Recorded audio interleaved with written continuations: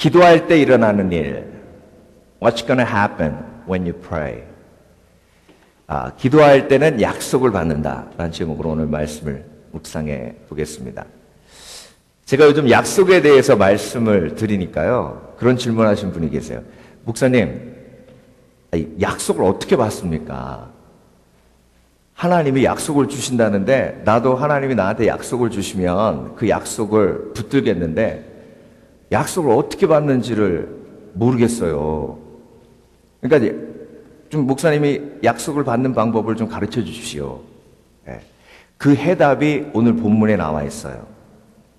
약속을 받으려면 뭐 해야 되죠? 기도해야 돼요.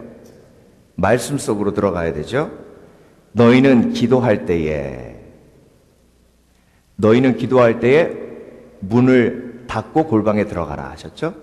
골방에 들어가서 문을 닫아라. 그 얘기는 뭐냐면 은밀하다라는 말이 2번 나오는데 하나님과 1대1로 대면하는 것을 의미합니다.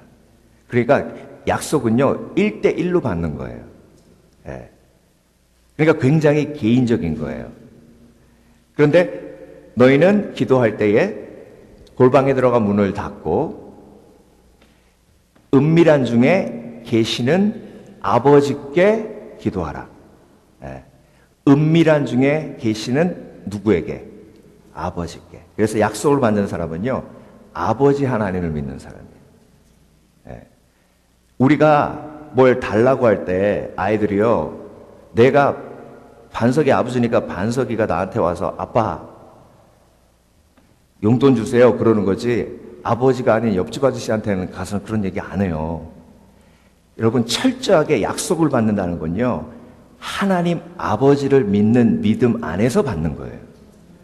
그래서 하나님은 아버지시기 때문에 아버지신 하나님이 우리를 사랑하시기 때문에 주시는 게 약속이에요.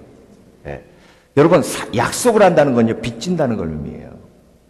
약속했잖아요. 이건 꼭 빚 갚으라는 얘기하고 똑같아요. 그러니까 하나님이 우리에게 은밀한 중에 기도하면 뭐라고 하셨어요? 은밀한 중에 계시는 아버지께서 뭐 하시리라? 오늘 본문에 갚으시리라. 갚으시리란 건 뭐예요? 빚진 거 갚는 거예요. 그러니까 하나님 앞에 우리가 기도하는 건 하나님을 뭐하게 만드는 거예요? 빚지게 만드는 거예요. 그러니까 기도는요 약속을 창조해내는 거고 기도는 하나님이 우리에게 아버지로서 빚지게 하는 거예요. 그러니까 하나님은 신실하시고 사랑이 많으시고 거짓말 하지 않으시고 처음부터 끝까지 약속을 지키시는 분이시기 때문에 누가 부자예요? 기도하는 사람이 부자예요. 하나님께 약속을 많이 받은 사람이 부자예요. 그래서 여러분 하나님 앞에 내가 기도할 때에 하나님이 약속하지 않으실 때는 그 기도를 멈추게 하세요. 사도 바울이 기도할 때에 내 가시를 제하여 달라 기도했는데 하나님이 노하셨어요. 그러면서 하신 말씀이 뭐예요? 내 은혜가 내게 족하다. 그러니까 그 얘기는 뭐예요? 하나님 노하시더라도 아주 젠틀하게 노하시죠? 그 기도 하지 말라는 거예요. 내 은혜가 내게 족하다. 제가 눈이 나쁘거든요. 렌즈 꼈어요. 치유 집회인데 정말 수없이 많은 병자들이 막 낫는 거예요. 그래서 관절염도 낫고 디스크도 낫고 막 난리가 났어요. 그래서 저도 내가 아픈 데가 없는데 하는 딱 보니까 눈이 나쁜 거예요. 그래서 하나님 이번 기회에 안경을 벗고 렌즈를 벗게 하여 주시옵소서. 그래서 막 손을 들고 주여 고쳐주시옵소서, 눈을 낫게 해주시옵소서 막 기도하는데 성령께서 내 은혜가 내게 족하다. 응답받았어요. 전 그 다음부터는 눈 고쳐달라고 기도 안 해요. 근데 여러분 성령께서 내 은혜가 내게 족하다 하고 이 기도를 멈추라고 안 하셨어요. 그럼 그건 뭐예요? 그건 약속이에요.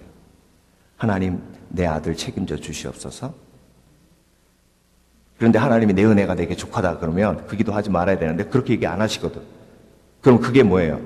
그게 약속이에요. 여러분, 내가 기도 속에서 지금 무슨 기도를 하고 있는가? 그러니까 기도 하나하나 기도 제목을 명확하게 알고 있는 사람이 하나님의 약속을 제대로 알고 있는 사람이에요. 근데 이 기도는 하나님이 내 은혜가 내게 족하다 해서 내려놓으면 그건 이미 응답된 거예요. 근데 하나님이 이 기도는 내려놓으라고 안 하셨어요. 그러면 지금 이 기도는 뭐 하고 있는 거예요? 응답되고 있는 거예요. 뭐라고 하셨다고요? 은밀한 중에 계시는 하나님께서 갚으시리라. 예. 믿으십니까? 믿으십니까? 예. 그러면 하나님 앞에 나와서 지금 내가 뭐 해야 되는 거예요?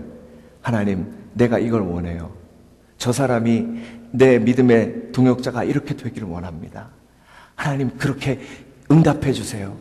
내 성령께서 그 기도에 계속해서 쉬지 않고 응답하고 계세요. 왜? 그만해라, 내 은혜가 내게 족하다 하지 않으시기 때문에. 예. 그래서 여러분, 약속이 있는 사람이요, 담대한 사람이에요. 약속이 있는 사람이 흔들리지 않는 사람이에요. 코리 덴붐 여사가 포로 수용소에서 나치의 그 죽음의 위협 앞에서 굳건히 설 수 있었던 가장 중요한 이유는 약속을 믿었기 때문이에요. 그분이 뭐라 그러셨냐면, 여러분, 저는요, 포로 수용소에 있을 때 제가 기차를 탔다고 생각을 했습니다. 기차에 표를 사고 기차를 탔다는 건 기관사가 나를 목적지까지 데려다 줄 거를 약속한 거나 다름이 없어요.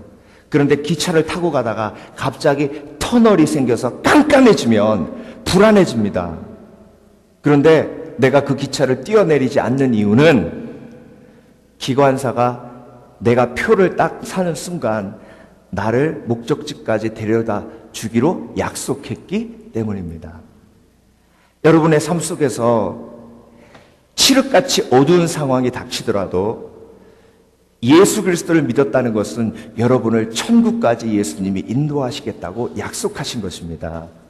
그래서 터널에 들어가서 칠흑같이 어둡지라도 절대로 그 기차를 뛰어내리지 말아야 하는 것은 그 기관사가 선한 기관사고 그 기관사가 선한 목자인 예수 그리스도이기 때문입니다. 그래서 여러분, 예수 믿는다는 건요, 그냥 예수 믿었다가 아니라 예수님이 천국까지 우리를 인도하시겠다고 뭐 하신 거예요? 약속하신 거예요. 그러니까 기차 뛰어내리면 돼야 안 돼요? 안 돼요. 믿음으로 칠흑같이 어두울지라도 그 약속을 믿고 전진해야 되는 줄 믿습니다. 그런데 여러분, 또 한 가지 좋은 소식은요, 터널은 지름길이에요. 터널을 뚫는 이유는 돌아가면 한참 돌아가니까 터널을 쫙 뚫어서 뭐 하게 하시는 거예요? 지름길로 가게 하시는 거예요. 그러니까 내 삶이 지금 칠흑같이 어둡다고 느껴지시면 내가 지금 무슨 길로 가고 있는 거예요? 지름길로 가고 있는 거예요. 빛으로 가는 지름길로 가고 있는 거예요. 그러니까 그 약속과 믿음으로 성도는 오늘도 전진하는 거예요. 느헤미야가 이스라엘이 망했어요. 예루살렘이 망했고 느헤미야는 잡혀왔어요, 적국에. 그런데 이스라엘이 망했다는 소식을 듣고 느헤미야가 하나님 앞에 기도하는데요, 뭐라고 기도하는지 아세요? 하나님이 그렇게 말씀하셨잖아요. 이 백성이 내 말씀을 거역하면 전 세계로 흩으리라. 그런데 이 백성이 회개하고 나에게 돌아오면 저 땅끝까지 있더라도 내가 그들을 다시 모아 회복하리라. 나는 그 약속을 믿습니다. 하나님이 약속하셨기 때문에 그 약속을 지키실 줄 믿습니다. 그래서 내가 이 민족의 죄악을 가슴에 품고 하나님 앞에 기도합니다. 하나님이 회개하고 하나님 앞에 돌아오면 땅끝까지 있는 나의 백성들도 다 모인다 하셨사오매 그 약속을 지켜 주시옵소서. 그런데 그 느헤미야가 기도가 딱 끝나면 내가 이 기도를 마칠 때에 내가 술 맡은 관원이 되었더라. 술 맡은 관원이라는 뜻은요, 왕의 파티를 관장하는 관원이에요. 왕의 파티를 관장했기 때문에 왕을 만날 수 있었고, 내 얼굴에 수색이 가득하니 네가 무엇을 원하느냐라고 했을 때 내 동족이 지금 고통에 빠져 있나이다. 그래서 그 왕이 예루살렘 성벽을 건축할 수 있도록 길을 열어줍니다. 이게 하나님의 약속을 지키시는 능력이에요. 예, 여러분, 오늘도 내가 하나님 앞에 나와서 아버지께 은밀한 중에 기도하는 거예요. 왜 은밀해요? 개인적이기 때문에. 왜 은밀해요? 다른 사람들한테 말 못한 거기 때문에. 예. 여러분, 지금 마음속에 이건 정말 다른 사람한테 얘기하지 못해 하는 거 있으시죠? 다. 예. 아무리 친해도 말 못해. 예. 있으시죠? 그걸 하나님 앞에 꺼내놓으란 말씀이에요. 은밀한 중에라는 말이 2번이나 나와요. 예. 그래서 약속을 받으면요, 가슴이 뻥 뚫리고 평안이 임합니다. 예. 약속을 받으면 더 이상 문제가 아니게 돼요. 약속을 받으면 하나님이 말씀으로 주시는데 그 말씀을 붙들고 믿음으로 승리할 수 있는 겁니다. 예. 우리들 교회 김양재 목사님 글을 읽다가요, 정 집사님 얘기가 나오더라고요. 예. 정 집사님이 어떤 분이냐면 정말 임신을 못해가지고요, 하나님 저에게 아이를 주십시오, 아이를 주십시오, 예, 기도했던 분이. 근데 3년 임신을 기도해서 임신을 했는데 너무 기뻐가지고 하나님 감사합니다, 감사한데 예, 유산이 됐어요. 그러고 나서 또 임신을 못하는 거예요. 하나님 날 버리셨나 하는 생각이 드는데 3년 후에 예, 다시 임신을 했어요. 그래서 정말 조심하고 또 조심해가지고 아이를 출산을 했는데 아이가 유전병에 걸려서 턱이 작게 나오고 귀가 작게 나오고 딱 보면 느낄 수 있는 아이가 태어난 거예요. 근데 그 주위에 그 집사님만 예수님을 믿으니까 온 가족이 그 아이 갖다 버리라고 그랬어요, 한국이. 그러니까 이분이요, 하나님 앞에 이 아이만 지켜주신다면 하나님, 저는 뭐든지 하겠습니다. 이 아이만 지켜주신다면 저는 뭐든지 하겠습니다. 이렇게 기도하는데, 기도하고 나서 하나님이 말씀 주신 대로 행한 게 아니라 아이를 뺏길까봐 집안에만 있었던 거예요. 4년 동안 그 아이를 밖으로 데리고 나가지도 않고 집안에만 있었어요. 그래서 교회도 안 간 거예요. 기도만 하고. 근데 어느 하루 욥기 16편 19절을 읽는데 그 말씀이 뭐냐면, 나의 증인은 하늘에 계시고 나의 변호인은 하늘에 계시도다. 나의 친구는 나를 조롱하여도 나의 눈은 하나님을 바라보며 눈물을 흘리는도다. 이게 욥기 16편 19절에서 20절 말씀이에요. 나의 증인은 하늘에 계시고 나의 변호인은 하늘에 계시고, 예. 나의 친구는 나를 조롱하여도 나의 눈은 하나님을 바라보며 눈물을 흘리는도다. 예. 이 말씀이 약속으로 임하니까요, 그렇구나, 사람이 나를 조롱하여도 나의 증인과 나의 변호인은 하나님이시구나.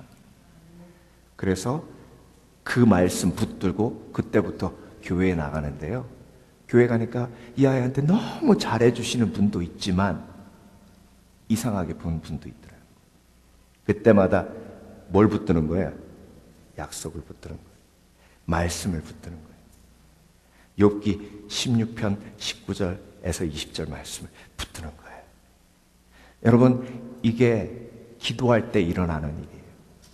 약속을 받은 사람은 사람의 조롱도 두려워하지 않습니다.